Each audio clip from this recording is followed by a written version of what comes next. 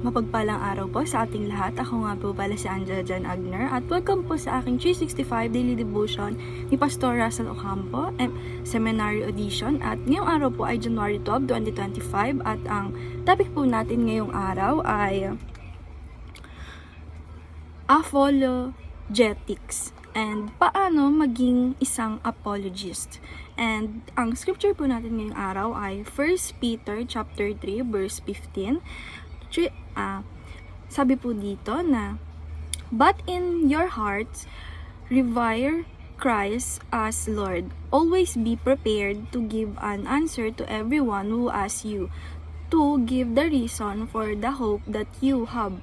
But do this with gentleness and respect, keeping a consequence so that those who speak maliciously against your good behavior in Christ may be ashamed of their slander." And sa Tagalog naman po, igalang ninyo si Kristo mula sa inyong puso bilang Panginoon. Lagi kayong maging handa sumagot sa sinumang humihingi ng paliwanag sa inyo tungkol sa pag-asang nasa inyo, ngunit gawin ninyo ng mahinahon at may paggalang.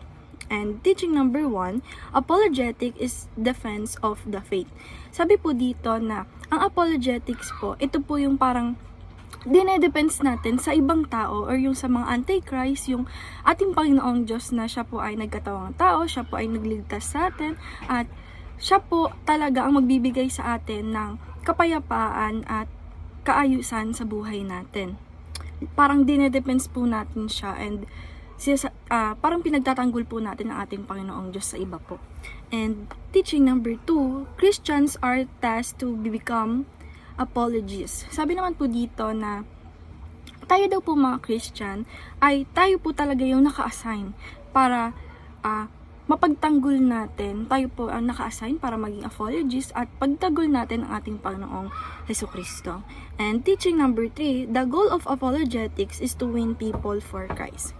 Sabi naman po dito na, sabi nga po ni Pastor Russell na mas maganda na okay lang na matalo ka, but napanalo mo yung puso at isip ng tao. Na mas maganda po na tayo po ay bahagi sa iba ng maganda kesa manalo tayo. Basta tayo po ay makabahagi na totoo ang ating Panginoong Kristo at dinepends po natin ang ating Panginoong Kristo at tayo po ay nanalo sa puso ng mga tao. And application number 1, always be ready to give reason for your hope in Christ. Sabi naman po dito na i-apply po natin sa sarili natin na tayo po ay laging maging handa para magbigay ng reason sa ibang tao na nagtatanong sa atin kung hindi nila naiintindihan yung isang bagay para po mabigyan natin sila ng kalinawan about Jesus Christ. And application number 2, be a gentle and respectful apologist. Sabi naman po dito na i-apply po natin sa sarili natin na kapag po tayo ay magsasalita, kahit po alam po natin sa sarili natin na kilala natin ang ating Panginoong Diyos at marami na tayong alam sa ating Panginoong Diyos, ay dapat po tayo ay maging humble pa rin sa pananalita natin at meron tayong respect and discipline sa pananalita natin. And application number 3, study the Bible intellectually and practically. Sabi naman po dito na i-apply po natin sa sarili natin na aralin po natin yung Bible at mga sinasabi dun sa Bible at hindi lang po intellectual kundi practically, dapat ina-apply din po natin at ginagawa natin sa araw-araw na buhay natin. And discussion, why is it important to prioritize winning people for Christ than winning a debate?